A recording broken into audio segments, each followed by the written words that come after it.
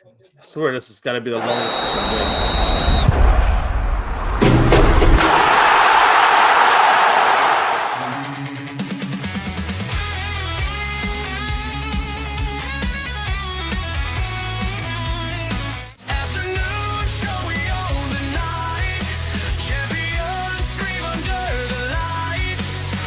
This is a great honor for every fan of the Dallas Cowboys.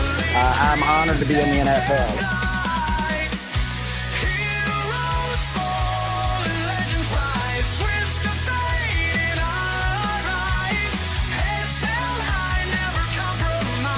What can I say? Mamba out.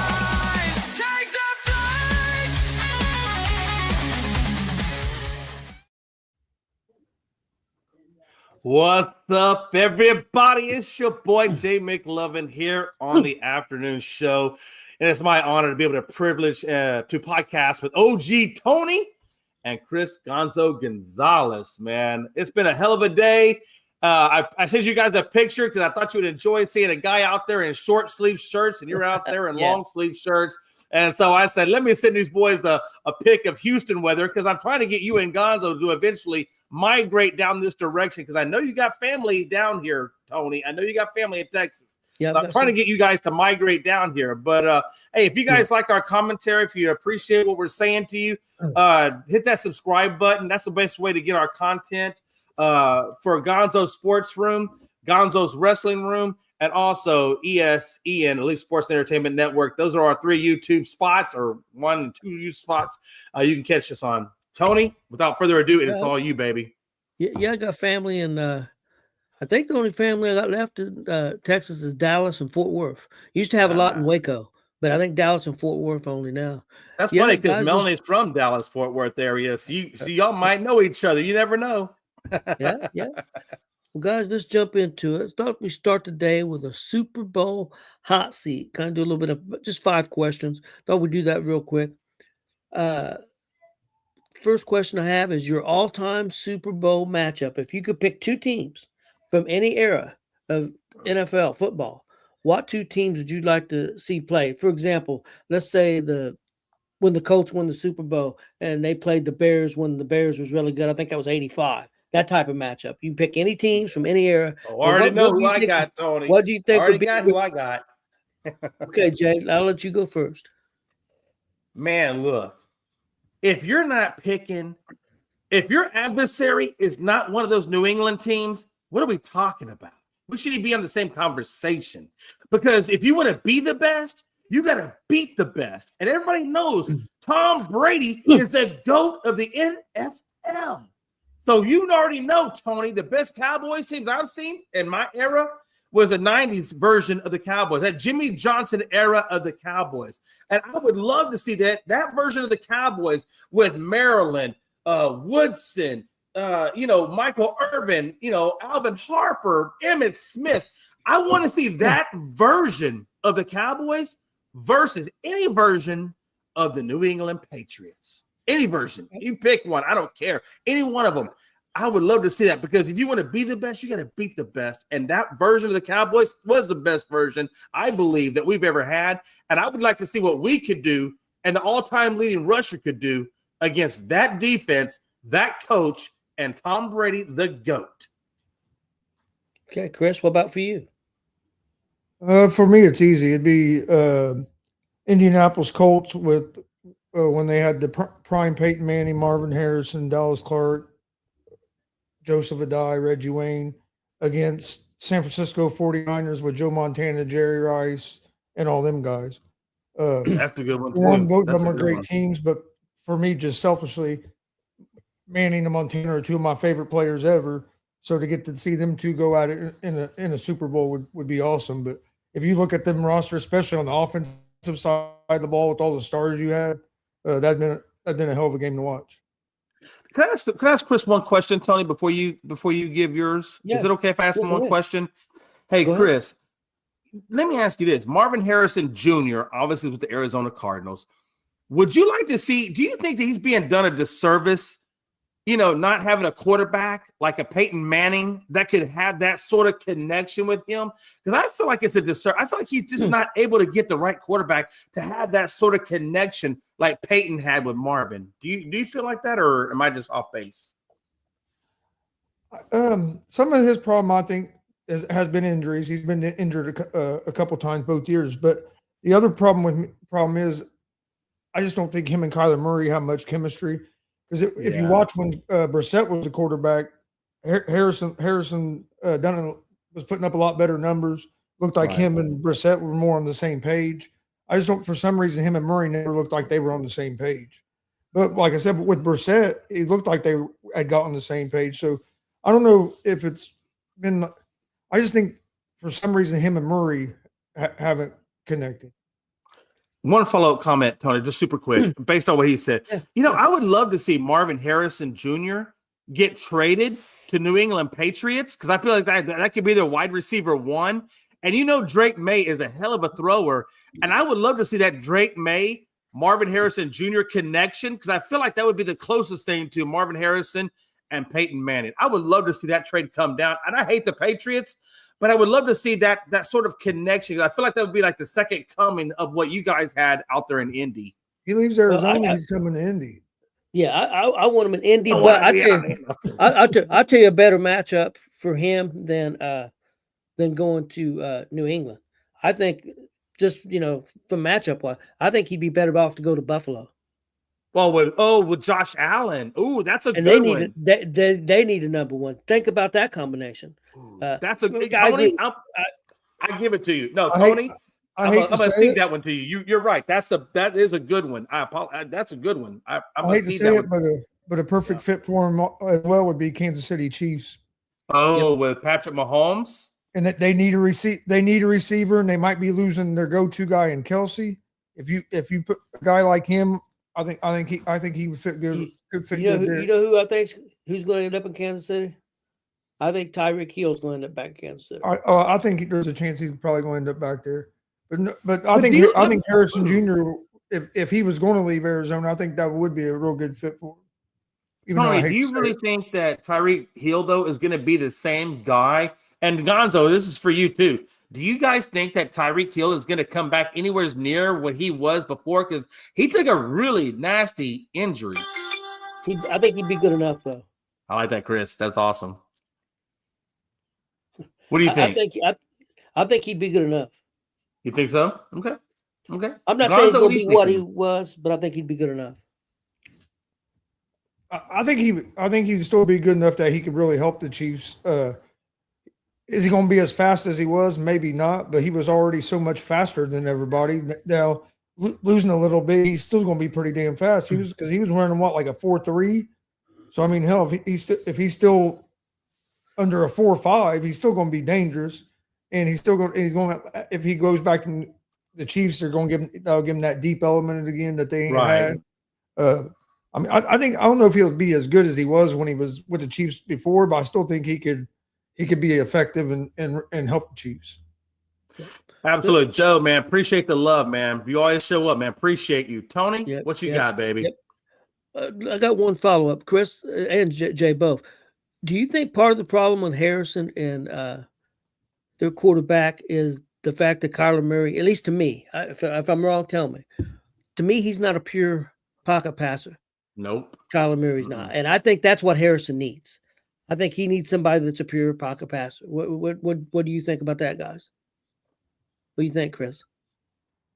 I think that could be something to do with it. It just Murray's been so inconsistent, and I think a lot of that with Murray, I know people don't like to hear it, is because of his size. Like he really can't stay in the pocket because he can't see, so he has to move around, and I think that's kind of hurt him. And injuries have hurt him too. I mean, there's times where he get off to a good start of the year and then have injuries. This year, even before the injuries, he just wasn't looking good, and that's why they ended up going with Brissett even when he got healthy. I think some of it could be that. I think some of it was just the offensive coordinator there in Arizona as well. I don't think he really set some of them guys up for success a lot of times. And you saw it go a little bit better with Brissett, but then you saw that kind of start to fizz out as well. So And injuries, Arizona lost a lot. Like people forget they were in every game, and then they just kept losing guys, and then the wheels fell off. But I mean, their first like 8 losses came down to the very last play of the game. It wasn't like they were just getting boat raced. They blew a lot of games, fourth quarter. Jay, what do you think? Do you think that pocket passer thing's a big deal? Here's what I think about Kyler Murray. This and I'm going to relate this a lot to you guys. I see a lot of similarities. I'm not saying they're the exact person, right? But I see a lot of similarities between Kyler Murray and Anthony Richardson. Now, Kyler Murray is a little bit better passer. He's a little bit had more success than Anthony Richardson. But at the end of the day, they are both exceptional athletes, but both of them struggle with the commitment to their team. For example, Anthony Richardson tapped out, and you know he tapped out.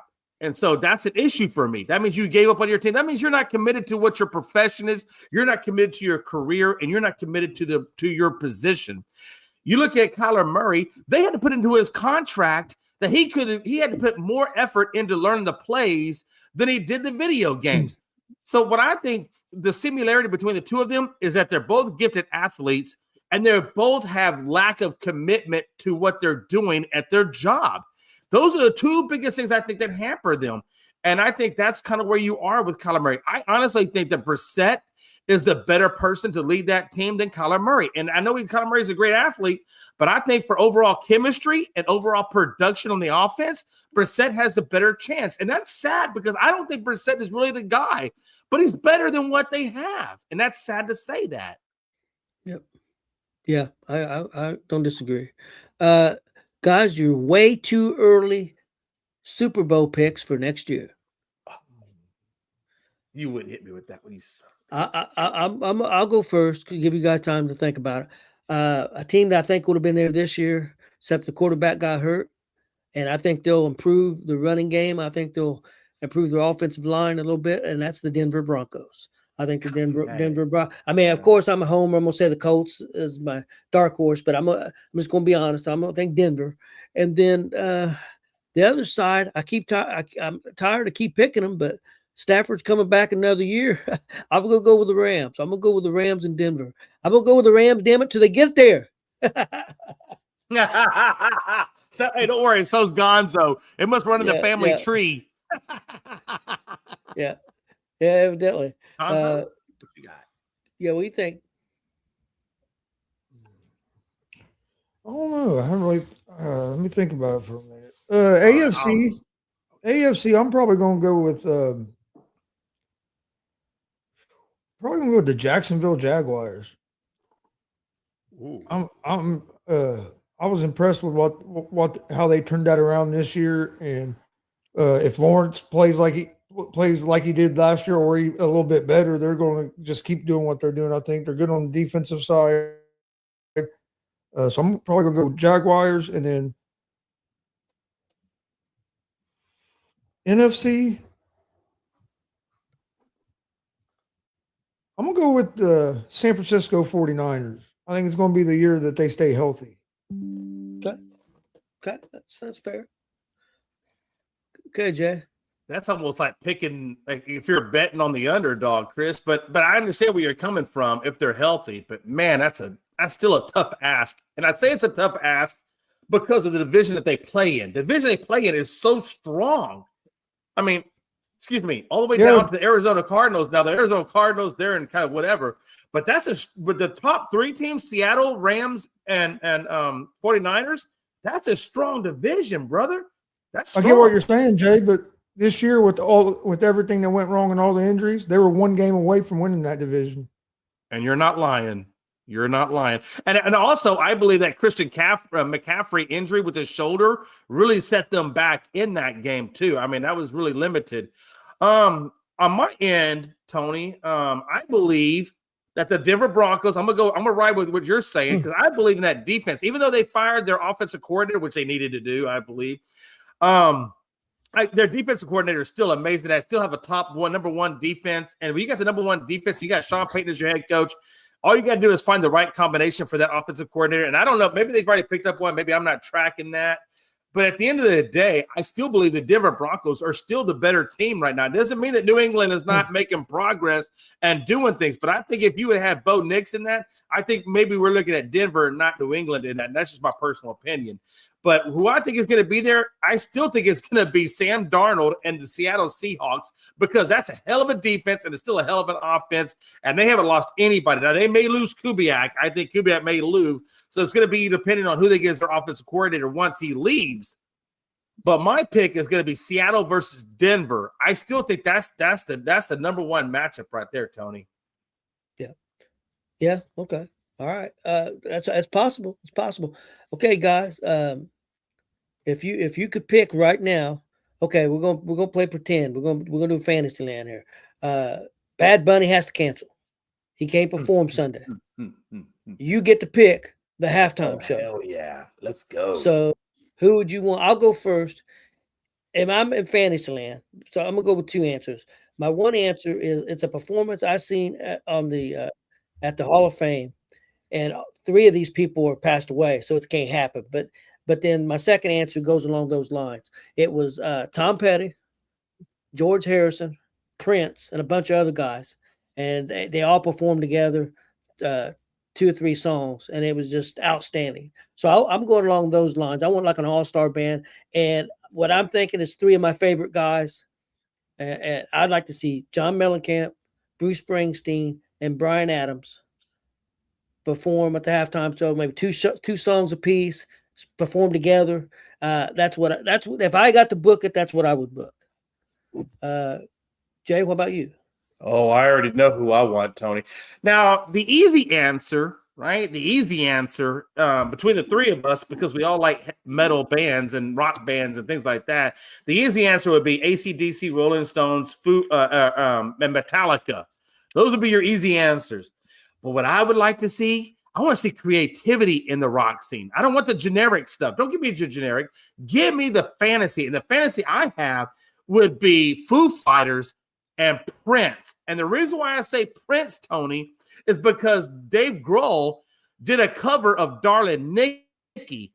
And Prince said that was the best version of Darling Nikki that he had ever heard. So what I would like to see, Tony, is I would like to see Foo Fighters and Prince do a together duo, and I would like to see a mashup. I would like to see a mashup of Foo Fighters and Prince, and let's see what that product and what that child comes out of that union. But I want to see a mashup of those 2 bands. I think that would be fucking phenomenal.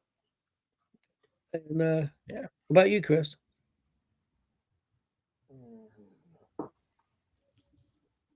Well, I would say I'd say AC/DC just because they've never done it, and I think they'd be an awesome halftime show. But just me selfishly, I would go with Snoop Dogg. Yeah. But like Snoop Dogg, not all the other guys, but Snoop Dogg. I think he'd put on a hell of a show, and even if he brought in some people like he did for the Christmas thing, I'd be okay with that. I just wouldn't want like Dre, 50 Cent, it'd be an all-star thing. I want to be more like Snoop Dogg, and if he brings in some other artists that aren't rap artists and stuff, like he did with the Christmas thing, I think he would kill it. But that's also coming from a guy that's a big Snoop fan, and I just seen him live last year, and it was an awesome show. There was 40,000 people there at the show when I watched him there at Great American Ballpark. Because it was a sellout, and I think that place holds what 40, 45, about 45,000, I think, at least. Can I give an add-on to Chris? Yeah, is it okay if I do that? Because I like where Chris is going with that. And again, man, I like Snoop. I do. I have Snoop in my collection. I got Dr. Dre in my collection, and I would like to see Snoop and Dr. Dre come out in a convertible Chevelle, an old school 60s model Chevelle, right? Hey, watch this. Hey, now picture it, Tony. Picture it. You got Dr. Dre driving, and you got Snoop Dogg in the passenger seat, and Snoop Dogg is smoking a blunt coming in. And as he gets out of the truck smoking a blunt, the opening song, the opening is Chronic. Let's go, baby. If we're gonna do it, let's do it big. And I think those two could be because they did so much work together. Dr. Dre and Snoop did so much work together that would be a perfect combination to do a show. And there's nothing better than Snoop. And you know what? Just a caveat. Let's put Martha Stewart's ass in the back seat. Fuck yeah, let's go, baby. I'd like Joe's answer. Topless dancers. But listen, if we're gonna do topless dancers, you gotta do Motley Crue because you always have Motley Crue always had those beautiful freaking women that would be in their songs. So you gotta do Motley Crue with topless dancers. And okay, yeah, I can buy into that. He said topless go-go dancers, and the first thing that came to my mind because the go-go dancers was big in English culture. I don't know why it came to mind. Austin Powers. I think they should have Austin Powers do the halftime show and have topless dancers. Oh, hold on. No, let's go one higher.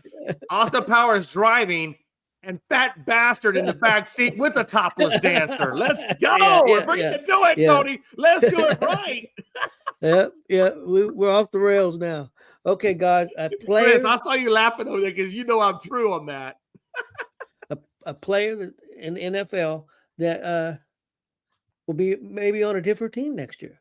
Player that's somewhere now, but he's not going to be there. But it may be somewhere next. You might see him somewhere else next year.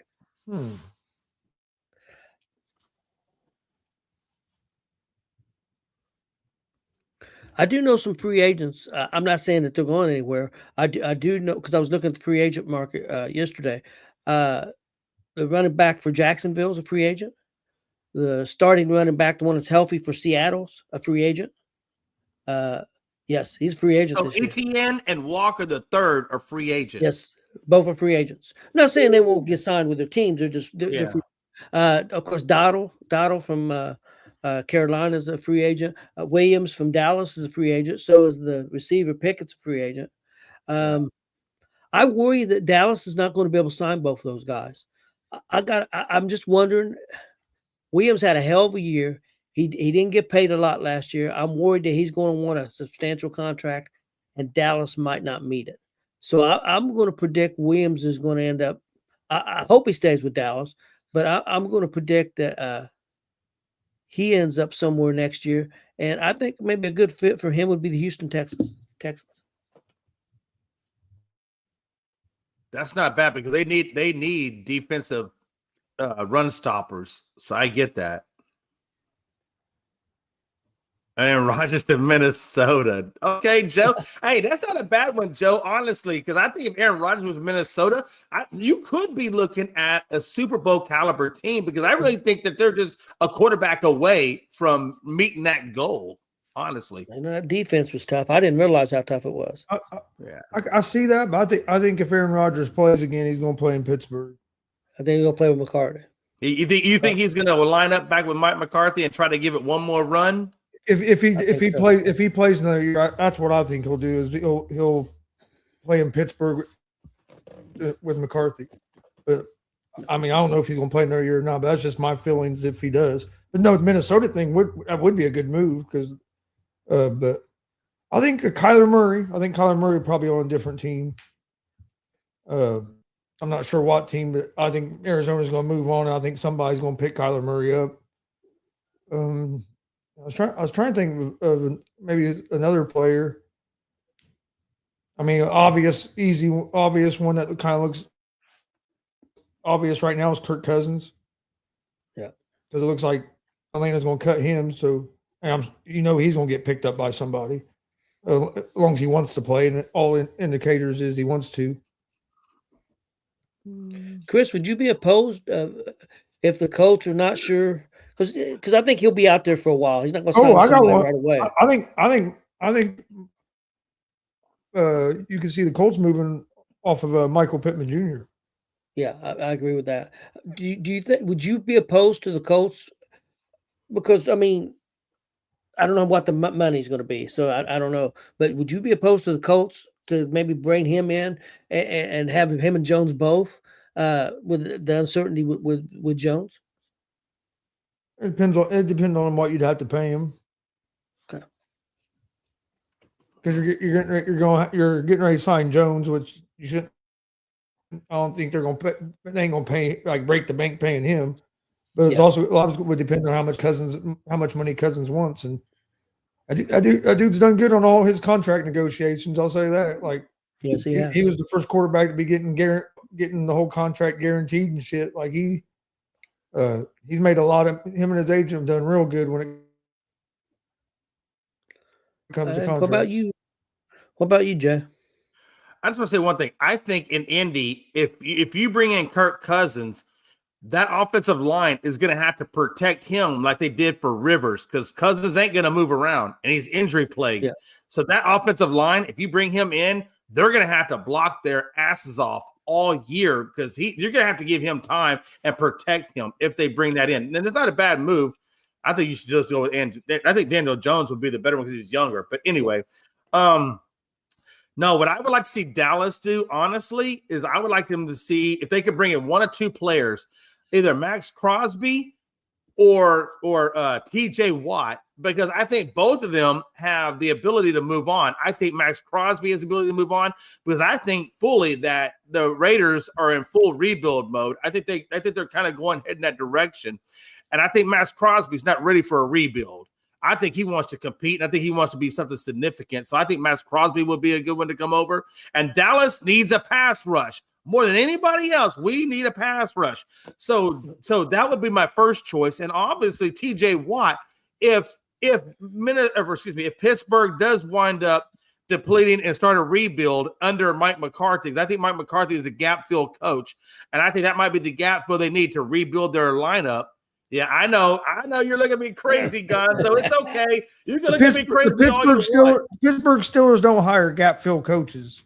I know they don't feel like, well, but you know what? They also don't hire coaches that are old as he is. They normally get coaches much, much younger to build around. He's So 60 that's why years old. He's still a hell of a coach. He won a Super he's Bowl. not a hell of a He's good coach. No, he's not. He's not a hell of a coach. I know you think that, Gonzo. He is And a you're hell entitled to your opinion all you want. But look, as a Cowboys person, and I saw what he did for us, he was a gap fill. He wasn't the greatest, but he wasn't the worst. No, I know you look at me. You're looking at me sideways. You're looking at me sideways. Tell me why you think he's not a gap fill. Tell me why. Here's why he wasn't a gap fill in Dallas. How many games a year did you guys win in Dallas? Each season. Well, the first season, or are you talking about the first or second season? Because the first season he sucked ass. So we're talking about the second and third season. He went there 2 years? He might have been there 3 years, I believe. I think he had two. I want to say it was three. But he had 12 or 13 win seasons. Let me help you out. Let me help you out. Well, one of those seasons was Cooper Rush as his quarterback. I get it. Let me help you out. I get you. Won a Super Bowl. I get you. Gap fill coach. You're crazy. I get you.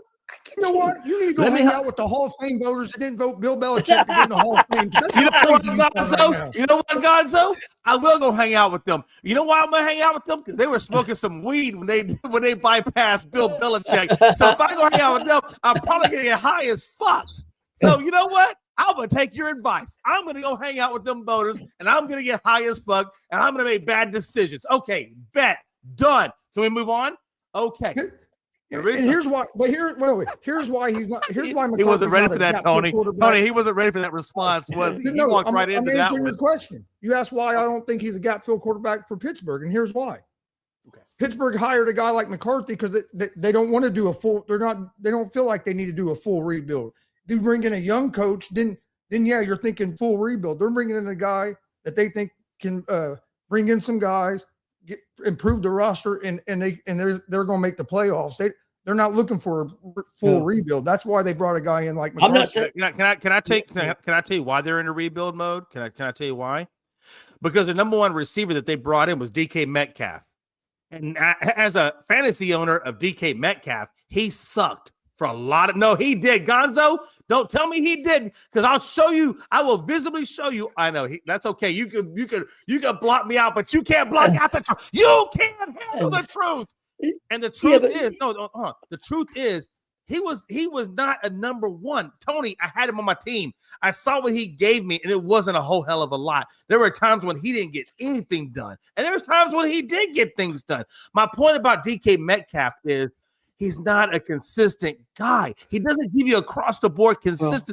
He has up times and he has down times. He has up times. And I look, I rode that fantasy train with DK. I rode it with him. Gonzo, I picked him because I thought he was going to be great. I thought he was going to do great things with Aaron Rodgers, and he let me down. Hey, I had Metcalf on my team too. Here's how garbage he was this year. 60 catches, 900 yards, average of 14.4 yards of reception, and 7 touchdowns. So he's less than 1,000 yards. How many did he? All right, let me ask you this. No. You came at me as staff. I'm going to ask you a question. No, don't disappear on me. God, you're like my ex-wife. Damn. I'm still here. I just don't want to look at your ugly ass. Again, you're like my ex-wife because she didn't want to look at my ugly ass either. That's why I'm divorced. Okay, and remarried. No. He's right. He's right. He don't want my ugly. Look, that's why she left, and that's why my future wife or my now wife is amazing. So it's okay. He didn't want to look at my ugly ass either. Hey, is your wife now blind? Well, she's old enough to be blind, but that's not the point. No, you said that. You said that, not me. Hey, listen. You said that. Let me ask you this. You ever married above your pay grade? I married above my pay grade. On the second go around, I married above my pay grade. My wife is a saint, like a damn saint. Gonzo, when you meet me, and you're going to meet Melanie, because at some point you and Tony. No. Let's not do that right now. I'm sorry. I apologize. I should have that on mute. No, look, here's the thing, guys. Here's the thing. McCarthy, when he came to Dallas, the first year sucked. I mean, we were under 500. I'm telling you right now, year one, under 500. Year twos and threes, yeah, you're right, Gonzo. We were at 12-3. But what did we do in the playoff, Gonzo? We didn't do shit.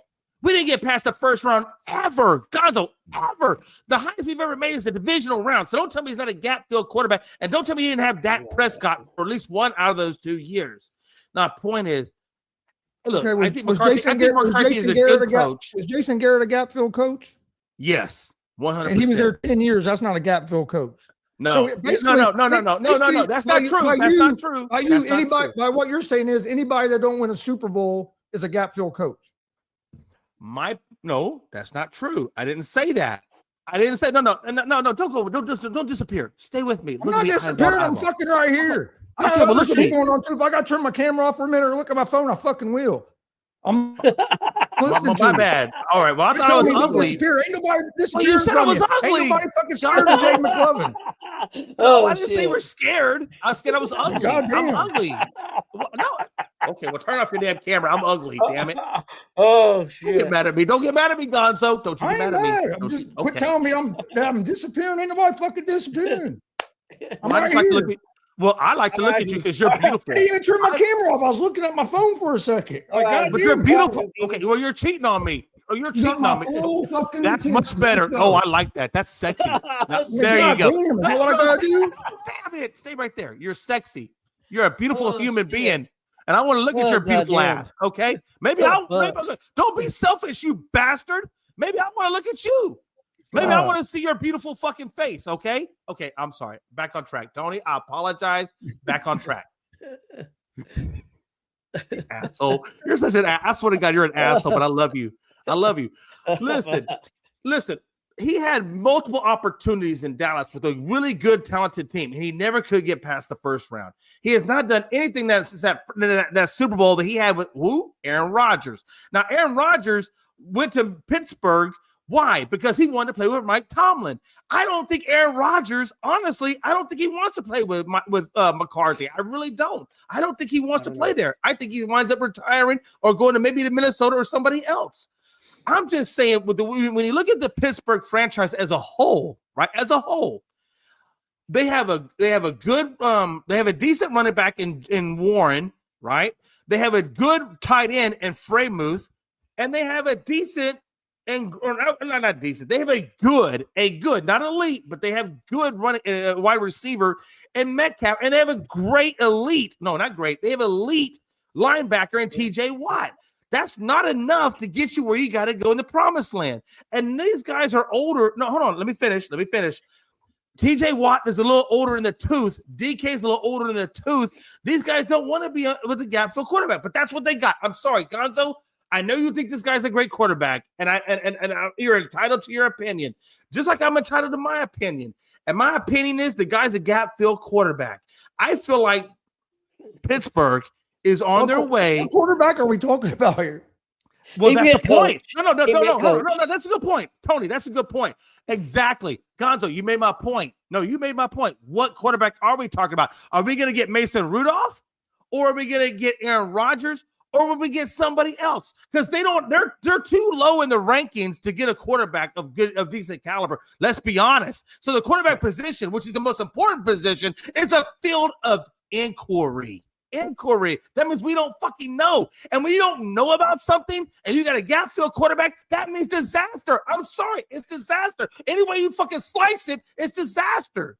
And Tony, I've told you this a million times. And Gonzo, I've told you this a million times. That's okay. Let me see the Gonzo Sports. What I'm trying to say is, at some point, they need to suck. And they need to go all the way to the bottom so they can get that number one pick and get the quarterback of the future. Anybody that knows anything knows that they need a quarterback of the future, and they're not going to get it where they currently are as a mid-level team. They're going to probably get the pick number 12 to pick number 32. That's what they're going to get. And you're not going to get a great elite quarterback. Man, I'm not saying you can, because Tom Brady went at 6'99", and Brock Purdy was the last man out. So I'm not saying it can't happen. But to strike lightning in a bottle like that is so far and in between. That's my point, Tony. I'm just saying, TJ Watt, if he came to Dallas Cowboys, would be amazing, because either one, Max Crosby or TJ Watt. Another question out of this whole thing is, yes, sir. When did TJ Watt become a linebacker?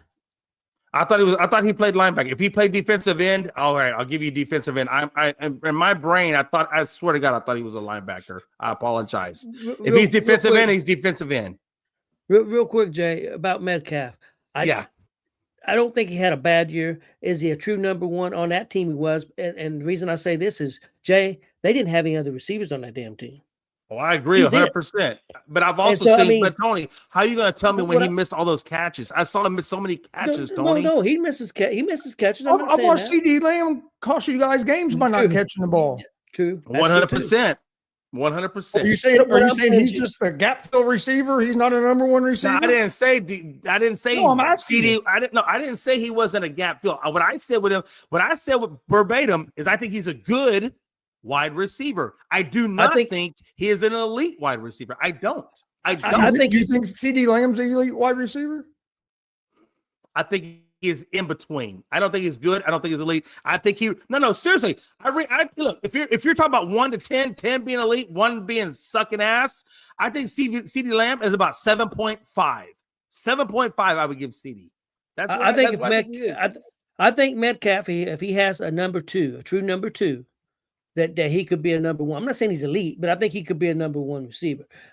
This year, he was their number one receiver, but hell, they didn't have anything else at all. They didn't have nothing. So another thing on, and I know your opinion of McCartney. I know Chris's, I know mine, but I listened to McAfee yesterday, and of course they talked to Hawk, and who played for McCartney. I think won a championship with him, and he says McCarthy knows how to coach. He knows what to do. He thought it was a great hire for Pittsburgh, and that first thing he will do when he gets there is make sure the offensive line and the defensive line is as strong as it can be. He's going to build up those lines. He said that will be the first order of business with McCarthy, and I agree with that.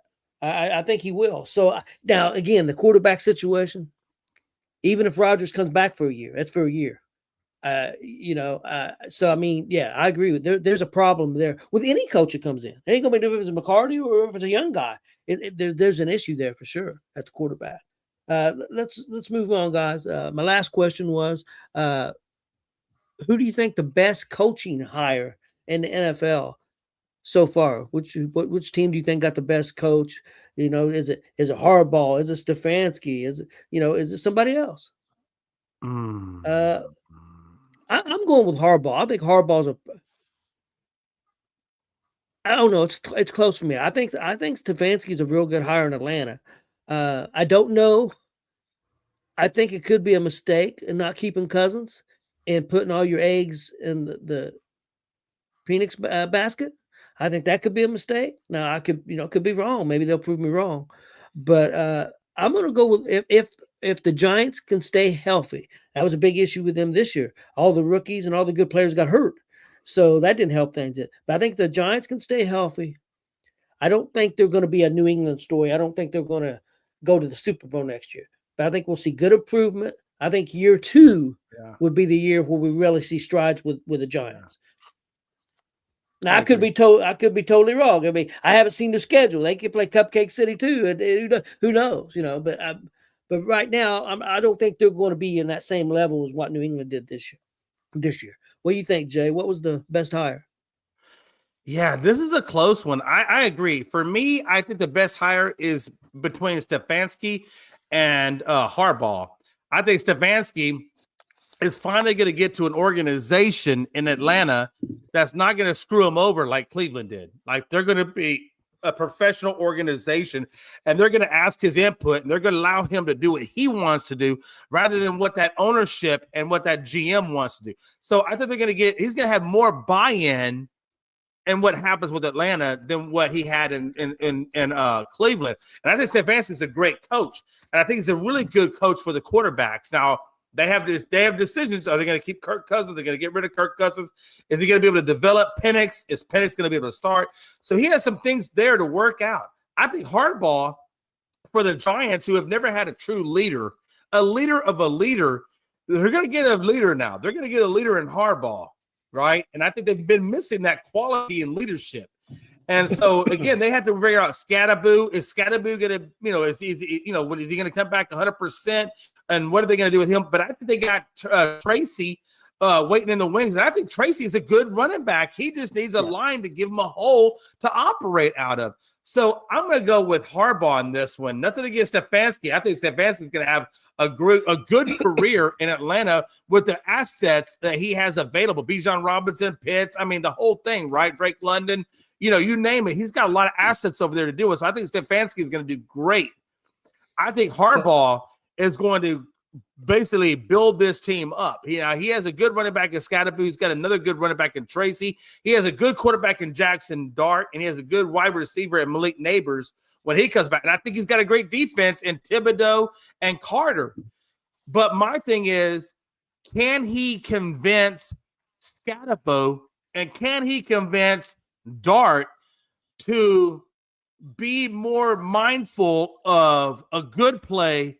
It gets you yardage versus a bad play that gets you good yardage, but also puts you on injured reserve.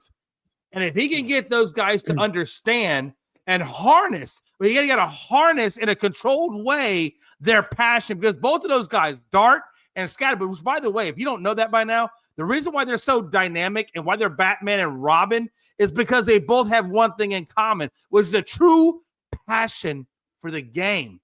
But here's the deal. Sometimes that passion can get you on injured reserve. So you got to harness that passion in a controlled way to where they get what they need to get, but they don't put themselves on injured reserve. And if Harbaugh and his disciplined training can get them to understand that, this Giants team can rise through the ranks and become number one in the division, because Cowboys, we suck. And we're always going to suck under Jerry Jones. I'm sorry. Cowboy fans, I'm a Cowboy fan, tried and true. I wear blue like anybody else wears blue. But I also understand our ownership group, and I also understand that Philadelphia has issues on their offense and that Washington has issues with age. And I think this is a time where the Giants can take that leap forward under Harbaugh. And I really think that's a team that can go from last place to first place at a much quicker rate than Atlanta can go. I disagree with you on that. Here's what I think. I think Atlanta will win quicker than what the Giants will. And the reason I say that is because they're in a lot easier division. Yeah, Atlanta's I agree with that. Division. I agree. But I think overall, I think the Giants will have a bigger upside. It may take him another year or two. And I think that's what I meant. I appreciate you saying that. No, Tony, I appreciate you saying that, because I think that's what I really was trying to convey, was the upside of the Giants versus Atlanta. So I appreciate you saying that, because that's exactly what I was trying to convey. I think I said it wrong, but that's what I was trying to convey. I think starting off, we may see Atlanta do a little bit better at first, maybe the first year or so. But after 3 or 4 years, I think you're going to see the Giants. And also Atlanta, they're tied in. Pitts is a free agent also. By the way, Joe says John Harbaugh as well. So right now, 3 of us are in agreement. Let's see what Chris has to say. Chris? Yeah. What do you think, Chris? I like the the Harbaugh hire a lot. I'm gonna go a little different direction since everybody has already said Harbaugh. I'm gonna go with Jesse Minter going to the Baltimore Ravens. I think it's a real good hire, and for a couple reasons. One, everywhere he's been a defensive coordinator at, he's had one of the best defenses in the league. He was at the University of Michigan with Jim Harbaugh. They had the best defense at college. Their defense was one of the main reasons they won that national championship. On offense, it was all about running the ball. They had McCarthy at quarterback, but he didn't throw the ball much. They ran the ball and they played defense.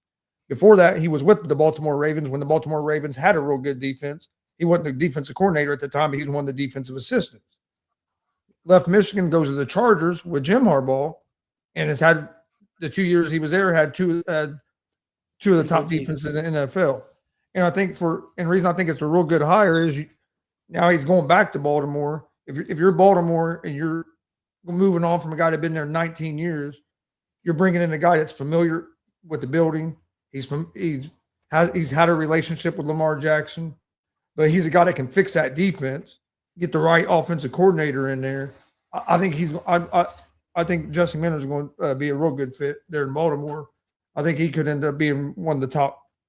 Here in a couple of years, we could look back and being like, oh, he was one of the top hires a couple of years ago.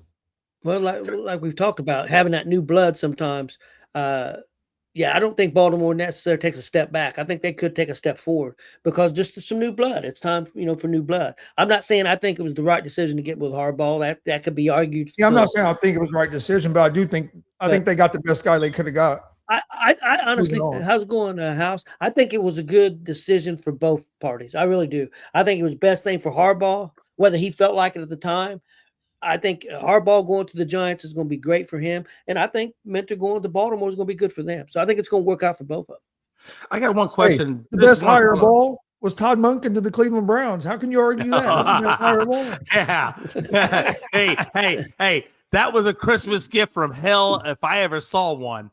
But I do have a question real quick on what Gonzo. Gonzo, by the way, I think that was a good pick. Honestly, Baltimore, I think you did good. I think they have a tremendous upside in Baltimore because the one weakness of Baltimore Ravens was that defense. So the fact that he's a defensive-minded coach and he did really, really well, and like you said, the fact that he had prior ties under Harbaugh with Baltimore, and the fact that 5 of the remaining players are still there, that when he had a tenure there, was amazing. I think that was a great by them. I really do. My question for you is, and I don't know this, and Tony, please enlighten me if I don't know who their offensive coordinator is. And if they don't have an offensive coordinator, then my thing is, under a mentor, the key to his success is going to be having the right offensive coordinator to guide that offense to basically counteract his defensive regimen. And if you can get those two guys to come simpatico, that could be the best team ever. And I think that's going to be the big thing. And I don't know if they have an offensive coordinator. Tony, maybe you can help me out. I don't think they've hired one yet. Because their offensive coordinator last year was Monken. Correct me if I'm wrong. Correct me if I'm wrong. Was Kubiak not the offensive coordinator? I think he was, if I'm not mistaken. I think he was the offensive coordinator for Seattle. He may be defense. I cannot remember. Kubiak is the offensive coordinator for Seahawks. But he's probably going to get a head coaching job. But if he doesn't get a head coaching job, he already has a head coaching job. They just can't announce it yet. He's going to the Raiders. You think he's going to the Raiders? That would be a good pickup. Another good reason I think Minter's a good pick, Chris, and to see if you guys agree, is because I think they got to build that. When they was really good, that defense was really good, even though they had Lamar Jackson. And I think, honestly, guys, I don't think Lamar Jackson is what he was. I'm not saying he's still. I'm not going to say he still can't be a good quarterback, right. But I think his best years are behind him. Let me ask you this, Tony. Unless he was injured, and more than what we thought. I don't think he was 100% healthy hardly at all this year. Okay. Let me ask you guys this question: the Philadelphia Eagles just promoted the quarterback coach from Green Bay to the Philadelphia Eagles, and he basically left the NFL as a quarterback himself 2 years ago, and he was only the quarterback coach for 1 year, and then he got promoted to offensive coordinator. Do you think the fact that Phillip Rivers was in the conversation of looking for a head coaching job, do you think Phillip Rivers would be a good candidate? Because I think he'd be a good candidate for Lamar Jackson because he knows how to pass the ball. Nobody can pass the ball better than Phillip Rivers. And the one downside, and it's not so much of a downside, but it's a little bit weaker than his run game, is the passing side of Lamar Jackson. So do you think of Phillip Rivers coming in and being an offensive coordinator there could be a possibility and help Lamar Jackson and the offense? I don't think that's a good fit. Okay, that's fine. I'm just curious. Just me personally. I think there's quarterbacks out there. There's quarterbacks out there he could help. I don't know. How do I say this? Because I don't know Lamar. I mean, I don't know him, but it's going to sound like I think I know him. I don't know if Lamar. He's not a pure pass pocket quarterback. So I'm not sure that Rivers could help him, and I don't know if he would listen. Yeah. That's my question. I could be wrong. I could be wrong. Gonzo, what do you think? I mean, I don't think it's a terrible idea. I don't think Rivers is going to go anywhere this year. I think he threw his name in there, but he ended up withdrawing about his son's a senior on the high school team that he coaches. So I think there's a big part of him that wants to finish that out before he really would get maybe seriously get back into trying to coach an NFL. But no, offensive coordinator position, if you can get a guy like him as an offensive coordinator, I mean, I'd jump on it too. But I think this year he's going to stay in high school in Alabama and finish out his son's senior year.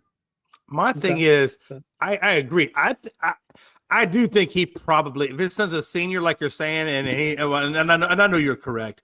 I can see him wanting to be a part of his son's life and in his senior year. I think that's probably where he winds up going. I think if he did take the offensive coordinator spot in Baltimore, though, and if he excelled at it, if he did really, really good at it, that could be his door to becoming a head coach in the NFL.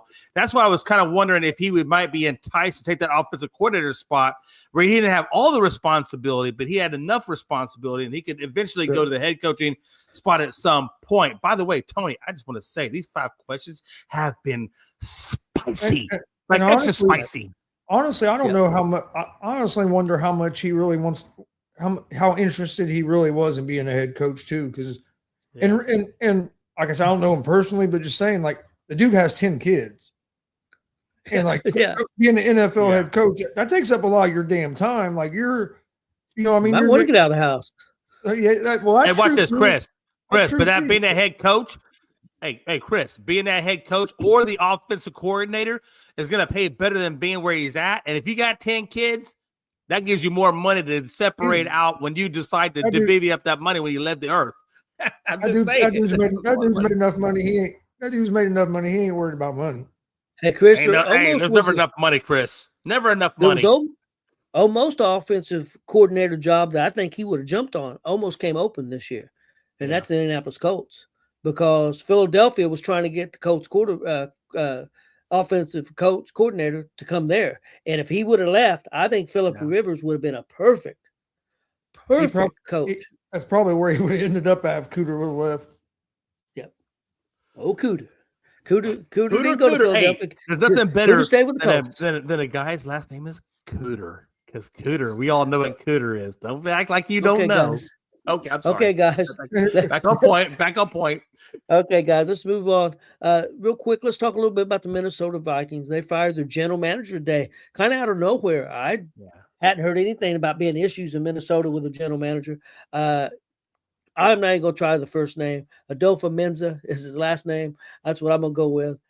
His first name is spelled Kyest. I don't know what the hell that is, so now you're going to attempt it. So, Chris, your thoughts? Had you heard anything? Was you surprised by this move by the Vikings? I mean, I hadn't heard anything, so I was a little surprised. But I think this is the Vikings.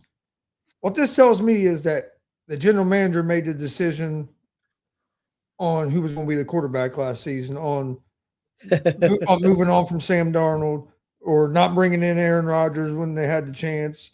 I think this right here is either them saying that it was the general manager that made that decision to start the put all the cards in on McCarthy, or they're using him, or of course they're using him as a Scapegoat. scapegoat. One of the two. But I think this is them to me, because there wasn't nobody that was really hollering for somebody to be fired because of it. So to me, there ain't no reason to use somebody as a scapegoat. So to me, this tells me that the ownership felt like that GM is the one that made that decision, and then they didn't like how everything unfolded, so they're moving it in a different direction. Because if you were going to use him as to me, if they're going to use him as a scapegoat, it had been because there was a bunch of pressure to fire somebody because of because of the way things went. But you really didn't have the media yelling for the coach or the GM to be fired or anything. So this came out, like you said, came out of nowhere. So that kind of tells me that he was the one making the decisions, and the ownership decided that they were ready to move on a different direction after they saw what happened with the quarterback that you had in your building is in the Super Bowl. Yep.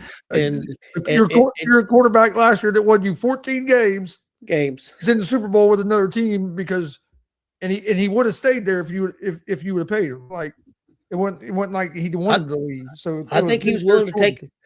I think he was willing to take a little bit less to even stay there. I'm not saying a lot less, but he would have took a little less. Yeah, he wanted to stay in Minnesota. We called it. We thought it was a mistake, and in the long run, maybe it won't end out a mistake. But for this year, it was definitely a big mistake. Jay, what do you think? What I think, I'm gonna tell you what I think. What I think is exactly what y'all been saying, that the GM is running the show and that the ownership hasn't had as much hands-on involvement in things.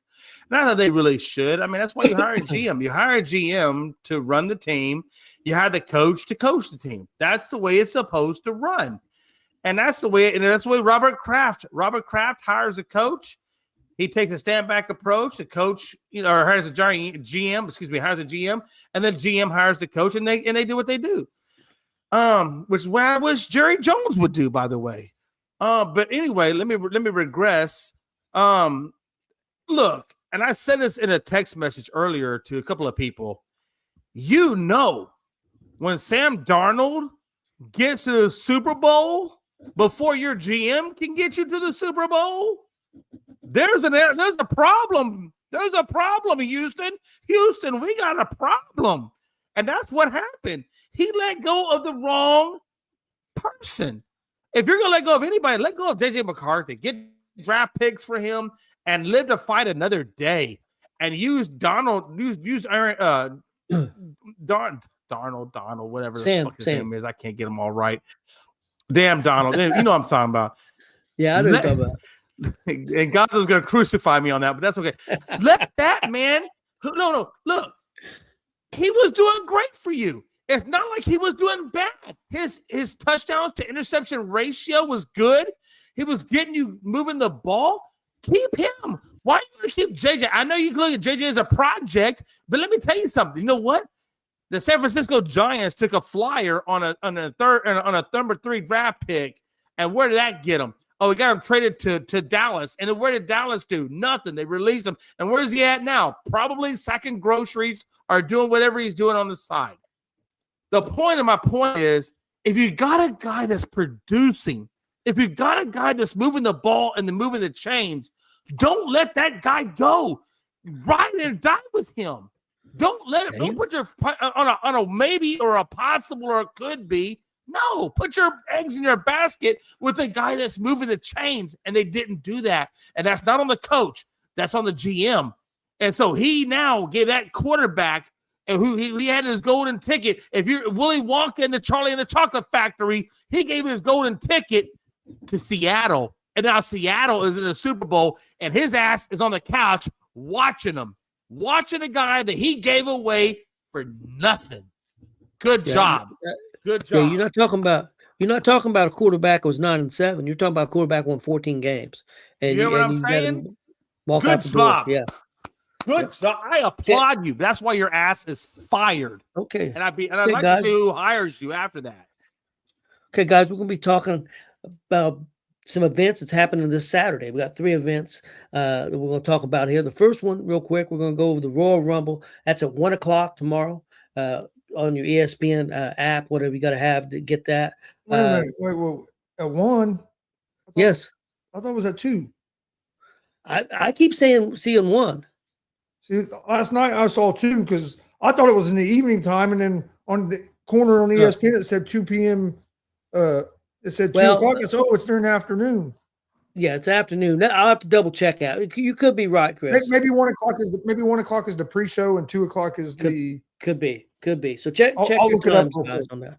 Okay, Yeah, check I'll look that it up out. real quick and see, but I thought it said 2. You could be right. That today the SmackDown's going on right now on Netflix overseas, but it started at noon today. But I couldn't get it on my app, though. Usually I can, but I couldn't get it, so I just have to watch the replay tonight on USA. But anyway, let's go over that real quick. Got 2 matches, and then you got the Royal Rumbles yourself, the men and women's. Yeah, Chris, what'd you find out? It should. I would say one's probably the pre-show because here it says fights begin at 2 p.m. Okay. So I'd say 1 o'clock is probably the pre-show thing, and then 2 is when it's supposed to start. Okay. I thought it didn't start till like 6:37 in the evening. No. And no, then last night I just saw in the corner it said 2 o'clock. I was like, oh, okay. I'm glad I saw that because I'm gonna try to watch. I'd have missed it. I was assuming it was in the evening. Okay, we'll talk about the 2 matches first. Give our predictions real quick. We got Sammy versus Drew for the Undisputed Heavyweight Championship. Drew McIntyre, Sami Zayn. Sami Zayn's very popular in Saudi Arabia. He's very well loved there. He's the ultimate underdog, but he goes up against Drew McIntyre, who just won the championship. I can't see Drew losing this championship already, so I'm going with Drew McIntyre. Chris, what about you? Yeah, I'm going with Drew as well. I don't see him losing the title this quick either. What about you, Mr. J? Yeah, the fact that Sami Zayn is popular in Saudi Arabia, and the fact that they went to Saudi Arabia, look, like let's not play around. WWE is in Saudi Arabia for one reason and one reason only, and it ain't because they want to attack their fan base.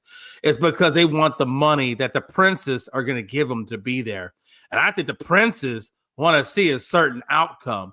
And I don't think the princes want Drew McIntyre to take that match. I think they want Sami Zayn to take it because I think they want an underdog. I don't think they want to see what everybody thinks is going to happen. I'm going to go with Sami Zayn only because I think the princes of Saudi Arabia want to see something happen that's not going to be the stereotypical thing. And because they want, I think WWE wants that Saudi Arabia money. I think they're going to go that direction in their writing. Okay. And I think Sami Zayn upsets it. Okay. That's possible, man. You never know with WWE. Next up, got a big match. This has been the biggest story coming into the Rumble, even more than the Rumble matches, which are kind of unusual. It's Gunther versus AJ Styles. It's if AJ loses, he retires from the WWE. So it's a big match. I know it's been announced he was going to retire in 2026. I wasn't expecting AJ to retire this early in 2026, but it definitely looks that way. They're doing a lot of things to make you think it's going to happen.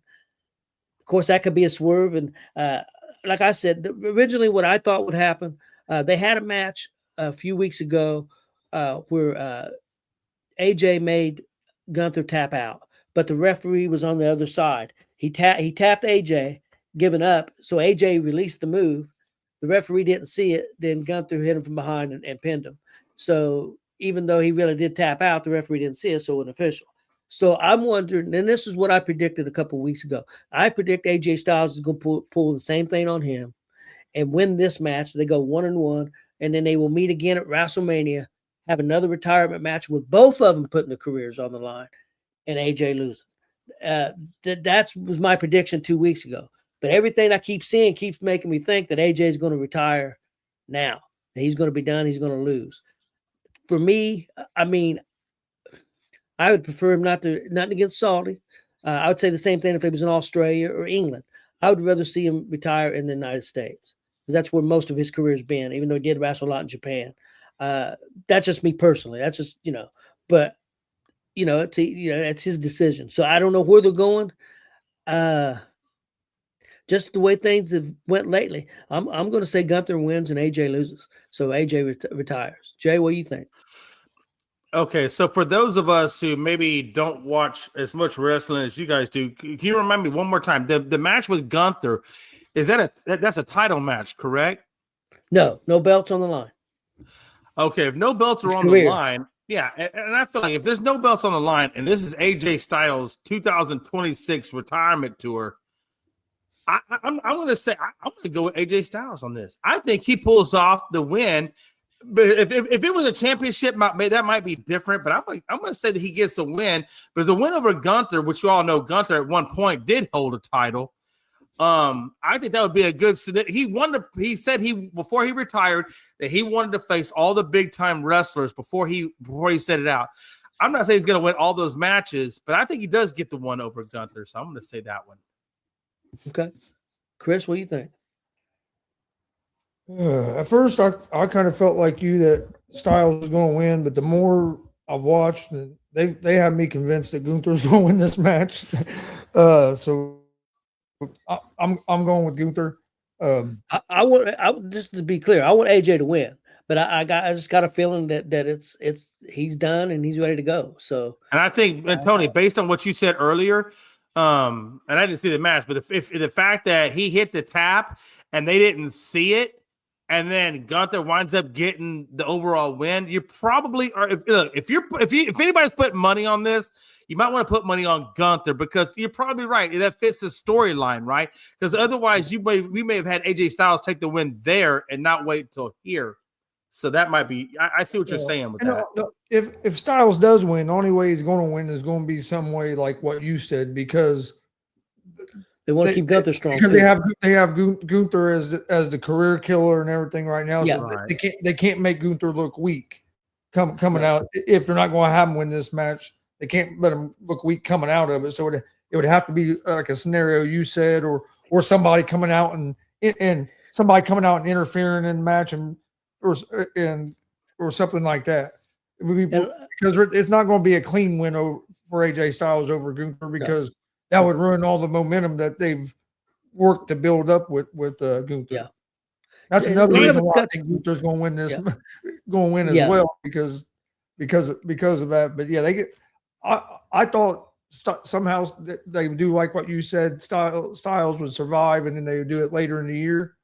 Yeah, but more and more in the way they've been telling the story, it just they got me convinced, and then they might throw a curveball and go different, but they have me convinced right now it's going to be. Do you think it might be along the lines of Monday Night Raw, where Styles and CM Punk basically were fighting for the title, but it wound up being a no decision? Do you think it might be something like that? I don't think it'll be a no decision because it's a retirement match. So I think there's going to be a decision. But right. I think if AJ wins, it's going to have to be something like I said, where he pulled the same thing that Gunther did to him, or something happens where it's not a completely clean victory. Okay, that's what I think. Guys, let's go with the women's Royal Rumble. Chris, who you like? And I'll give you two guesses since there's 30 people. Rhea Ripley, and of course I forget the other woman I picked last night. Stratton. Okay, Tiffany not Stratton. Green. It was Green, wasn't it? Oh, yeah, Chelsea Green. Chelsea Green. Okay. It was Chelsea Green and Rhea Ripley. I'm going with Bianca Belair. I think she comes back. I think they're going to want her to win and go up against Jade Cargill. I think that would be a big feud for WrestleMania. I think that's something they've been planning for a while. So I think that's where they're going. And then yesterday I had Jordan Grace. I just don't think they're going to give it to her yet. One that I kind of forgot about that other people said last night, and I've kind of changed my mind. I think Liv Morgan. She's not done a lot since she's come back from injury. So I think Liv Morgan could be the other one. What about you, Jay? I know you don't watch a lot of it. Do you have any? Yeah, I got a question actually. So my question is because obviously you two guys watch the hell out of this. I mean, you got a whole damn show dedicated to wrestling. So what I would like for Gonzo to tell me is, why do you think that Bianca Belair would not be there, or actually vice versa? Why do you think that Rhea Ripley would be there and not Bianca Belair, given what Tony said about her? Now, I do know who Bianca Belair is. So why is she's coming back, and she was a champion at one point. Why do you think that that Rhea Ripley would have it over, let's say, Bianca Belair or Liv even. Because in my opinion, Rhea is still the best woman they have. Maybe she might be the best superstar they have on the roster. And she's still one that she's still one of the top competitors. So I mean, she draws a lot of money. So that's why and selfishly, Rhea is one of my favorites too. So that's another reason as well. I've been a big Rhea fan. But she's still one of the top players as well. And so I think her name is always going to be up there, especially when it comes to a Rumble style match. Can I give a follow-up question to that? Can I just give a follow-up real quick? Yeah. Chris, do you do your decision making because you know that Rhea Ripley is a badass and she's got a hot body and her butt is amazing, or is that just you thinking her wrestling skills are awesome? Because she is hot. Let's be honest. Rhea Ripley is hot. It all goes into it. Okay. It all goes into it. Okay, just check. She's hot. She's bad as hell. Yes, she is. I ain't gonna lie. One more question. One more. I swear to God, this is the last she's one. Also really good in the ring. Chris, question: would you let Rhea Ripley? Somebody getting arrested. Somebody going to the popo. But that's not here. That's not now. Would you let Rhea Ripley pin you?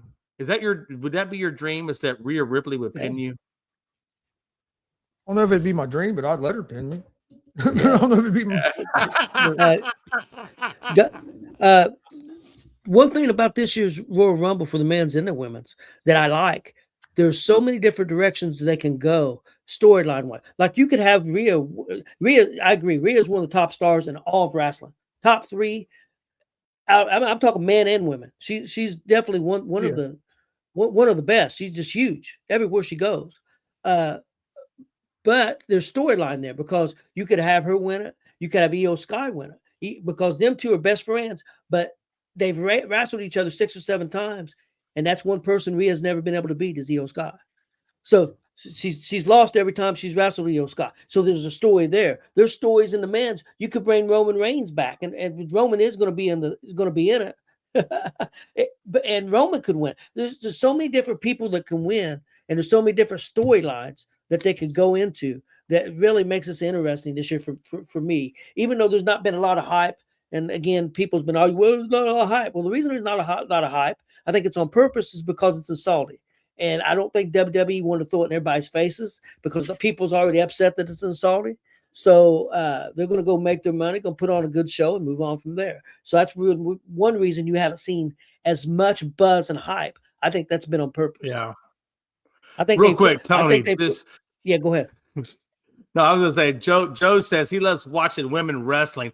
And I was just going to say, Tony, one thing I've never seen on WWE in any classification, and I think Joe in Italy, because he's a romantic lover, because we all know those people in Italy are romantic lovers, we would like to see a women's oiled up match. Can we get an oiled up match? That would be awesome. Hey, they had those back in Attitude Era. They had those back in the day. They had those back in the day. And well, maybe we need to bring back in the day to the future. Hey, oil, mud fighting, slop in the slop. They had all kinds of shit. Hey, now listen, I will tell you right now, if they brought that back where they had women in slop, or if they had women oiled up, I would be a diehard watcher, and I would tell my wife to give me a loan for 20 minutes to an hour. I would do that. I would absolutely be a fan. I'm just saying. Was it Edge and Lita that had sex in the ring? Yeah, had sex. I remember that. Yes, I remember that. They showed that. Yes. That was awesome. By the way, that was awesome. Jay, do you have a pick for the women's? For the women's, I'm kind of leaning towards the side of Gonzo there. I think Rhea Ripley, because of her magnitude and what she's done in the wrestling community so far, when she was with Edge and Finn Balor and help me out, Dominic Mysterio. Yeah. Yep. I kind of think they're still playing off of that highlight, and I think she's going to take it. So I'm going to go Rhea Ripley, just based on what she's achieved so far in wrestling. And I think wrestling is kind of trending towards her and away from her. Okay. They're not. So I'm going to go Rhea Ripley. I think that's just where they're trending. This dude, guys, this dude grilled me like that I should have took Bianca Belair instead of Rhea Ripley. That he chooses Rhea Ripley. Okay. I did not grill you, sir. I did not grill you. I just asked you about Rhea Ripley. Let's keep it straight. By the way, though, hold on. By the way, just so we do know, I agree with Joe right here. I don't care which wrestler you pick. If you want to strangle me to death, please, because when I meet my Lord Jesus Christ in heaven, that's the way I want to go out. Just saying. Well, it depends. I don't want her choking me with her hands, and now if she go choke me with her legs or some other parts, but if she go choke me with her hands, no. No, Tony, I think it's just implied that it would be with her legs. I'm just saying. Joe, Tony, I don't know what goes on in your life, but I think most of us are implying that. With Joe, you never know. Well, never know what Joe might be doing. Joe said mud wrestling and bikinis. You don't know. Joe might like to get choked. He might like don't we all? Honestly, no. Ask you that, Tony. Hold on, Tony. Back in your younger days, back when you were Gonzo's age, hold on. I'm just saying, don't ask me that, Tony, because I think you do like to be choked. No. I don't need to. Hey, I don't need to know that information. So let's just move on. Hey, Chris, that might have been how you were conceptualized. I'm just saying. Joe might like a little of that choke and jerk action. Who knows? When in Italy, right? When in Italy, do you do like Italy? True. Okay, that's true. Hell, they got sheep and cows. We don't know what the hell. No. Now you're talking Middle East. Now you're going. You went from Italy to the Middle East. Hey, get out of them farms in Italy. I don't know where Joe lives. Okay, we don't know where Joe lives. Let's go to the men's rumble, please. I've got Braun Breaker or LA Knight. Chris, what about you? I'm gonna go with the same ones I went with last night: Logan Paul and Brock Lesnar. Okay. What about you, Mr. J? Yeah, I was going to ask you about that. I just saw recently that they just added Lesnar to the card. So I was surprised to see that. So I'm curious to see why he just got added. Show. What's that? Lesnar announced that he was going to be in the Rumble on McAfee show. Right. So I'm wondering, was that his decision or did they ask him to come be in it? Do you know what? No, that was their decision. He had to agree, but yeah. Right. So I'm kind of wondering why did they put it? Why was that? Was it their decision to bring him in because they wanted him maybe to do something? I don't know. I mean, like Brock Lesnar, he's kind of the guy that just doesn't. He's not always there. He just kind of does special appearances. So I don't know if Brock Lesnar would necessarily get it, but I think he just does special. Yeah, big name and a big payday. Hey, what's up, Mr. Brownson? I appreciate you being here, man. Even though it did come via Gonzo, you know what? I'll take sloppy seconds. We don't care here. We just love people. I'm gonna go. Who am I gonna go with? Let me ask you this: Is Cody in this fight, or is he not in the fight? He is in, and if he wins, he would be the second 3-time winner. The only other 3-time winner is Stone Cold Steve Austin. Right. And I think since Cody took the belt over, I live in Sicily, right on the tip of the boot. So basically you were getting the, you know what, up the butt. No problem. We got you. Hey, he said it. I just carried it on a little further. By the way, we love you, Joe. Keep drinking that vino. We know you're drinking the vino. Even though you say you don't, we know you drink the vino. I think Cody might, since he took the belt from Roman Reigns, and since it's been that long since they've had a 3-time repeat, you know what? I'm going to carry on. You know why? Because it's in Saudi freaking Arabia, and they want money. So why not do that? Why not do something that they haven't done in a really long time? I'm going with Cody in this one. Okay. Cody Rhodes, baby. Give me Cody Rhodes. Hey, did you see Roman Reigns on the McAfee show today? I didn't see it, but I heard about it. It was good. I didn't see it at all. I apologize. I have to go check it out. Well, hey, can you elaborate just a little bit on that, if you don't mind, Gonzo? What do you mean elaborate? No, I didn't see it either. I'm just saying, like, what did he say on I mean, McAfee? he talked about the Rumble, but then he talked about some of the younger talent, how they're working their way up and stuff. But he talked about how he was going to wreck everything and leave. They're going to have the jet warmed up, so as soon as he wins the Rumble, he can get the hell out of Saudi Arabia and head back home. Yeah. And but yeah, just a typical promo part. But then he talked a lot about like Breaker. He talked some about Bronson Reed, Logan. Talked a lot about Logan Paul and some of the other wrestlers as well about how he's been seeing the work they've been putting in and stuff. And that was on today's Pat McAfee. If you don't mind me asking, that was on today. I'm gonna have to go watch that. One more thing: was he in character, or was it just him actually talking as him? Both, kind of both. Okay. Yeah, I'm gonna go watch that. There was parts of it where he was doing his promo, and it was more of in character, and then there was some parts of it that was more shoot.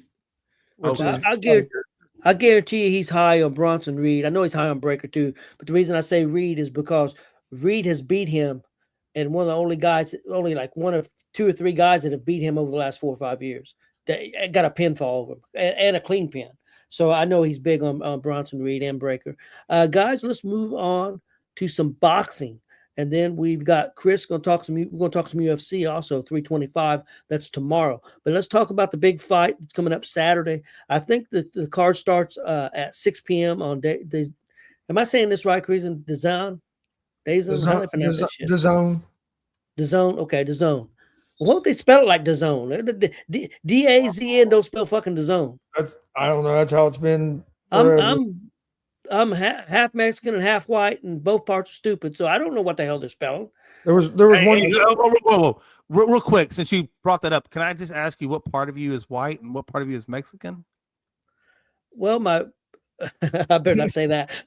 I'm sorry to say something. I'm avoiding that question. Did I put you in an awkward position? I was getting ready to. No. Tony, can I tell you why? Can I tell you why, Tony?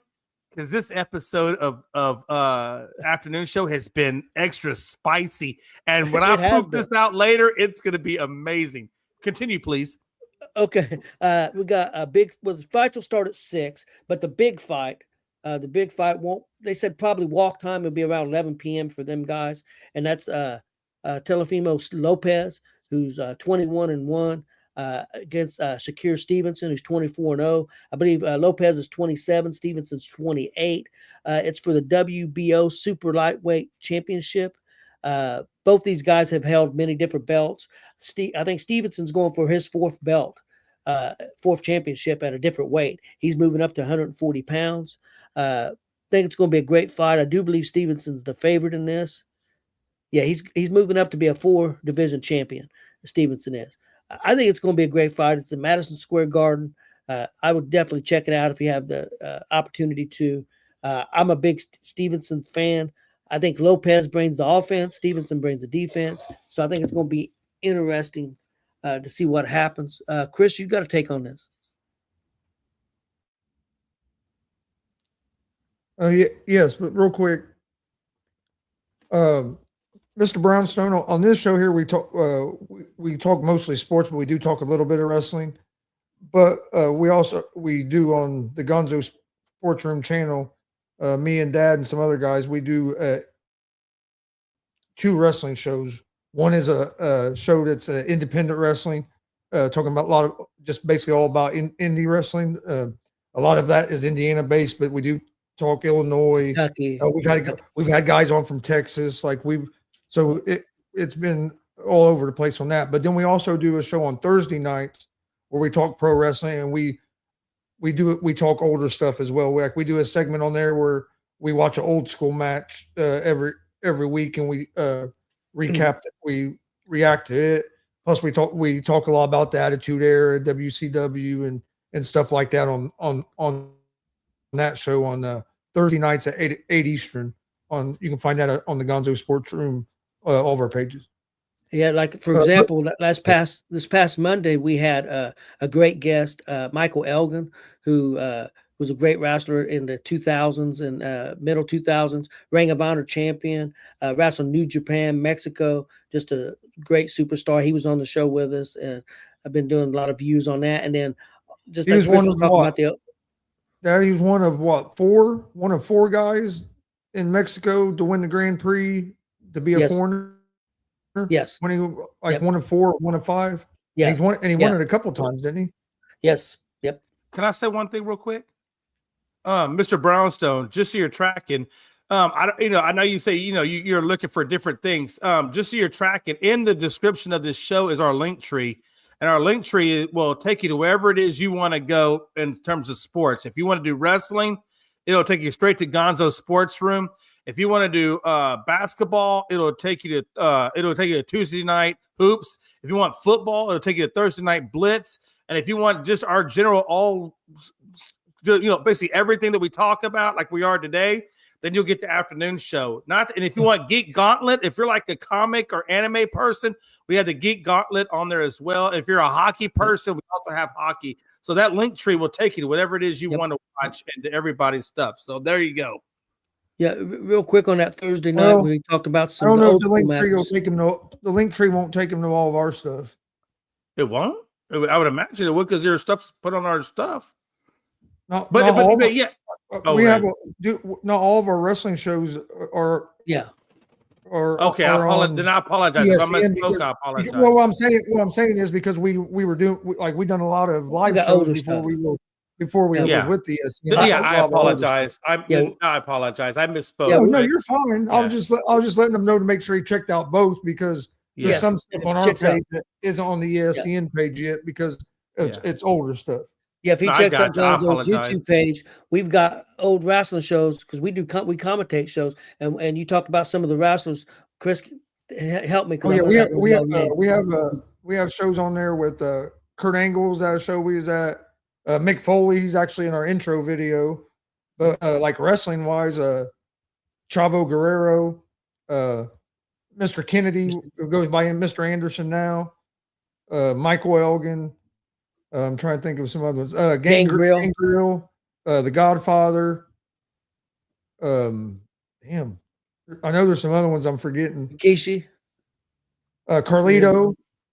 Yeah, Carlito, Primo and Epico. Yeah, there's a lot of matches on our Gonzo Sports Room YouTube page. So I guess the bottom line is Ace Austin that just signed. What's the one guy? We loved him. Luke Gallows. Yeah, Luke Gallows. Yep. Oh shit. Yep. There's a bunch of them on there. And Mr. Brownstone, you can find all that stuff at Gonzo Sports Room. On their YouTube page, Gonzo Sports Room on their YouTube. I promise you, if you want to find out anything about wrestling, I encourage you to go to Gonzo Sports Room, because these guys, man, they bring the heat. Gonzo, Tony, you guys bring the heat. Marcus Fine, Glenn, man, y'all bring the heat. So if you want to find out anything about wrestling, I promise you, you will not find two better people than these two right here at Gonzo Sports Room on YouTube. And make sure you give them a subscribe, because you give them a subscribe, you will not miss out on any of that content. That's true. All right, where we at, Tony? Let's go back to the boxing. Chris, your thoughts on this big fight coming up Saturday? Yeah, Stevenson's a pretty big favorite in this fight. He's a minus 290 favorite. I know. Lopez is plus 240 for a guy who only been beat once. I think it's going to be a good fight, but the only thing that worries me about a little bit on Stevenson is moving up weight again. But we've seen him do it before and handle it all right. So I ain't real worried about it, but that is a little bit of a worry. And but yeah, I think Stevenson's going to win the fight. I think it'll be a good fight. But yeah, it's hard for me to go against Stevenson. I've watched him fight a bunch of times, and the dude's just so balanced and solid. But Lopez is good as hell too. So I think it's going to be a real good fight. But I'm going to go with Stevenson. What you got to watch out for Lopez is, I've done some studying on this. He likes to rack up the early rounds, and then get control of the fight, and then basically keep you from hitting him. In the later rounds, he likes to kind of milk it. I don't know if milking is the right word, but he's a pretty good defender too, and he's got quick hands. I worry a little bit about Stevenson moving up, and Stevenson's. I know he's got the defense. I worry about the offense a little bit, but I'm a big Shakur Stevenson fan. I have been ever since I watched him in the Olympics. So I'm gonna go with Stevenson also. Jay, do you got any thoughts on the fight? Yeah, before I do, I just want to address a couple of things. Mr. Brownstone is in Ohio. I don't know what part of Ohio you're in, but if you're not too far from Indiana, you can go check out Gonzo and them at WCWO events. And if you go to Gonzo's Sports Room, you'll probably find out where exactly they'll be doing WCWO events. But I think you'll find their stuff really freaking awesome. So check that out. You're in Ohio? Hell, I'd go to Indiana for that. We did a show. We did a show in Cincinnati a year or two ago. And I just want to say, Joe, man, hey, I understand, man. I know those night shows are hard for you. So what I suggest is, I know you're retired because you're an older gentleman, which, by the way, I'm an older gentleman and I'm retired. And so what I suggest you do in the term is sleep during that time and then catch our night shows. I'm just saying you can do that. No problem. And then Mr. Brownstone says, thank you guys. I really appreciate it. Okay. Jay, you got thoughts on the fight? Yeah, man. So Stevenson versus Lopez. Well, Lopez is the reigning champion. So I think if he wants to solidify his reputation at that level, this would be the fight to do it, Tony, because like you said earlier, these are the up and coming, or he's literally achieved the championship at all these different levels. So when he gets to that level, if he wants to solidify that reputation, get the win over Stevenson. That will give you that reputational win. But again, if you're Stevenson, if you're trying to establish yourself as a legacy, kind of like Conor McGregor did at UFC, where he won multiple divisions and things like that, then this would be the time where you can make your legacy of literally getting the win over Lopez. And this one, I'm actually going to go with Stevenson. I think Stevenson is going to get it tonight or get it that night over Lopez. Tomorrow. So I'm rolling with Stevenson. Okay, we all got Stevenson. Okay, now we're going to our last thing for today, UFC 325. Chris, I'm gonna let you take it from here if you're good to go. Maybe not. No, I'm here. I'm getting some. Okay. All right. Oh, I thought you were on the toilet. Never mind. No. Let's go. I might have been. You never know. Hey, you never know. I hope you use toilet paper, but let's go. All right. No, this is a pretty good UFC card. The main event should be a good fight. It's actually a rematch. I'm gonna get down here to the odds. You got Alexander Volkanovski against Diego Lopez. It's a rematch. Volkanovski won the first fight by unanimous decision. Two judges had him winning by 1 round. The other judge had it, I think, him winning by 2 rounds, if I remember correctly. Volkanovski controlled most of that fight, but Lopez did knock him down. If I remember correctly, I think it was in the second round. Landon had Volkanovski in a little bit of trouble, but Volkanovski was able to recover. I think this is going to be a real good fight. You have Volkanovski as a slight favorite at -148. Lopez is a +120 underdog. So I mean, it's pretty close to a pick 'em. It's not a real big spread, but I like Volkanovski. I think his pace is just too much. I think Lopez is on. I think the way Lopez is going to beat him is if he is like he did that first fight where he had a little bit of a chance in that second round where he was able to hurt him and knock him down. I think Lopez is going to have to be able to hurt him and try to slow him down. But Volkanovski just keeps coming at you. Dude's a beast. So I'm going to go with Volkanovski at the -146 on the money line to win that fight. Co-main event is another good fight. You got Dan Hooker and Benoit St. Denis. St. Denis is a big favorite in this fight at -320. Hooker +245. I think this will be a good fight, but I favor St. Denis to get the win here. I think St. Winnis. I'm adding the damn Winnis to his name instead of Dennis. I think St. Denis is a.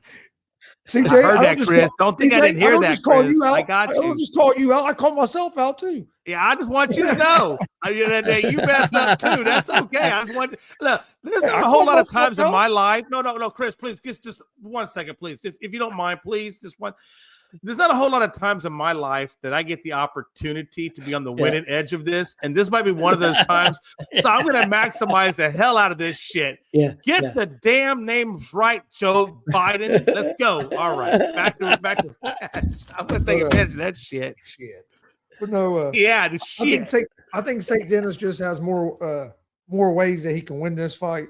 than what Hooker does. I think Hooker is going to be more having to hurt him, where I think St. Dennis can win it more on his feet, on the ground, just different options. So I like St. Dennis in that fight. And then you have Rafael Fiziev against Marcio Ruffy. Yep. Ruffy is a slight favorite, but I like the underdog Fiziev in this fight. It's almost a pick. I mean, it's plus 104, minus 128. Should be a good one, but it's a pretty good card. I'm kind of surprised that they're having well, they're not really pay-per-views anymore. If you have now it's just you have to have Paramount Plus, but it's the two numbered shows, which has always been the pay-per-views. Like I think it's what 325. Yep, 325. And last week you had 324, so it's not very often you get two like pay-per-view level shows back to back weeks. And it's kind of strange because usually, I don't think they've done it the last couple of years, but they used to always have UFC the Saturday night before the Super Bowl. There used to always be a UFC every year, like the Saturday night before Super Bowl, they'd have a real big like pay-per-view card. But like the last few years, it's been like the week before the Super Bowl, which I don't think's a bad move because I mean Super Bowl weekend you got a lot of stuff going on. So this weekend there ain't hardly any, we got the Royal Rumble, but they're ran by the same company, and the Royal Rumble will be over.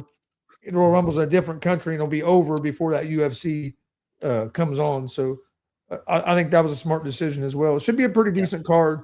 But I like Volkanovski. I just think Volkanovski going to be a little too much in the main event. And the prelims, I think, are at 7. I think early prelims are at 5. Then the prelims are at 7. And the main card is at 9. Now. Yeah, I want to make sure everybody knows that because it used to be always 10 p.m. And they've moved it up an hour since they went to Paramount Plus. So, so people don't get caught. And that was nice last week. I'll admit, if you're in the Eastern time zone, that was nice last week. Main event starting a little bit before midnight instead of a little bit before 1. It was a lot nicer. It was nice. I enjoyed that. It did enjoy that. You really wouldn't think one hour would make that big a difference, but it did. Yeah, it does. Guys, before we get out of here, I did want to bring up one thing, just mention it, something we can talk about later, especially with Big Glenn, because he's a race car guy. But I seen that Trump made an announcement that they're going to have in the city of Washington, D.C., any Indianapolis style IndyCar 500 race, I believe, on the streets of Washington, D.C. in July. You got to be kidding me. No, that was announced today. That'd be awesome. I don't know a lot of details. Make sure I understand what you're saying. Are you saying that they're going to do like a style of racing where they race through the city of DC, or do they have an actual track? No, they'll do it on the street. They'll race on the Grand street. Prix style on the streets. They'll block off the streets. Yeah. They just did that in Chicago. Yeah, F1 and some of them have done it in Chicago.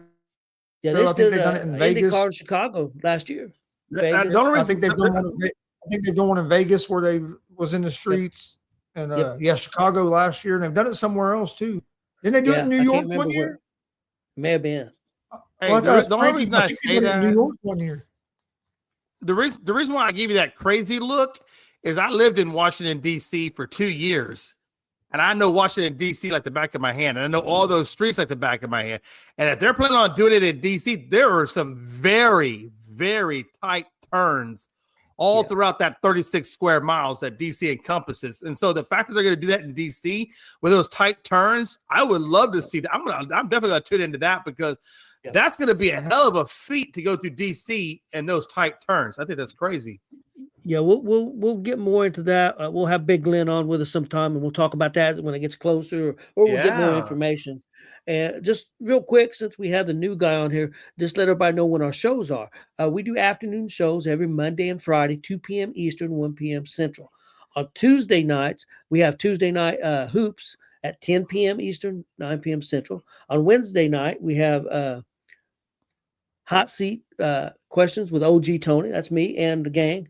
And we do different questions. We'll talk about anything. We may talk rock. We may talk sports. We may talk food. Who the hell knows what we're going to talk about? But it's a lot of fun. It's one of my favorite shows. I'm really enjoying doing that. I think we're doing good with that. And then on Thursday nights, right now we have an NFL show. It's Thursday Night Blitz. That will be changing over at some point to a baseball show once the NFL is over and we get closer to baseball. But right now it's the Thursday Night Blitz NFL show. College and NFL football show. And that's at 10 p.m. Eastern and 9 p.m. Central. And then, of course, Friday, we got the afternoon show. And then also you can catch us on ESPN or on Gonzo Sports Room on all these shows that I mentioned here. But on Mondays at 6 p.m. or 6:30 p.m. we have GWR. That's an independent wrestling show. We talk all about independent wrestling. We have pro wrestlers on every week as guest hosts, ask questions, just have fun. We also have rapid fire shows where we ask questions with the pro wrestlers or promoters. This week, I think we have a guy who's actually an announcer. He does play-by-play. So we're going to have him on. So it was one of our guests. And then on Thursdays, that's where we talk about the pro wrestling. We talk, we just change formats a little bit. Every week, we'll talk about any pay-per-views or any of that stuff. And then we also talk about Monday Night Raw, SmackDown. We talk about TNA. We talk about AEW. We talk NXT. So we talk about all pro wrestling, anything going on with that. And I thought the show went real well last night with the new format. So check out all the shows on ESPN and also on Gonzo's Sports Room. We appreciate everybody watching. Jay, you got anything before we get out of here? Yeah, I just a couple of things. I just wanted to say, man, it's been a hell of a show. It's been spicy. It's been very, very spicy, caliente. And I'm going to go in remission and recover from this show because it's been that spicy. And if you liked our content, like Tony has already told you, if you're really, really into wrestling, I highly encourage you to go to Gonzo's Sports Room on YouTube. I think you're going to love that because they do great work over there with Face the Hill and all the other shows that they put on there. So make sure you check out Gonzo's Sports Room as well for wrestling. And if you forget to go to Gonzo's Sports Room, if you just click on the damn link tree, you can watch anything we put out. You can find it all there. And if you forget if you go to Gonzo's Sports Room through ESPN and you're gonna check on that show and you forgot about it, don't worry about it because they're gonna remind you to go to Gonzo's Sports Room in that show, and then it's gonna follow you back to their main homepage. I highly suggest, no matter where you find them. And then once you find them, you're going to have a hell of a good time because I know I do. I have a good time every time I watch them go.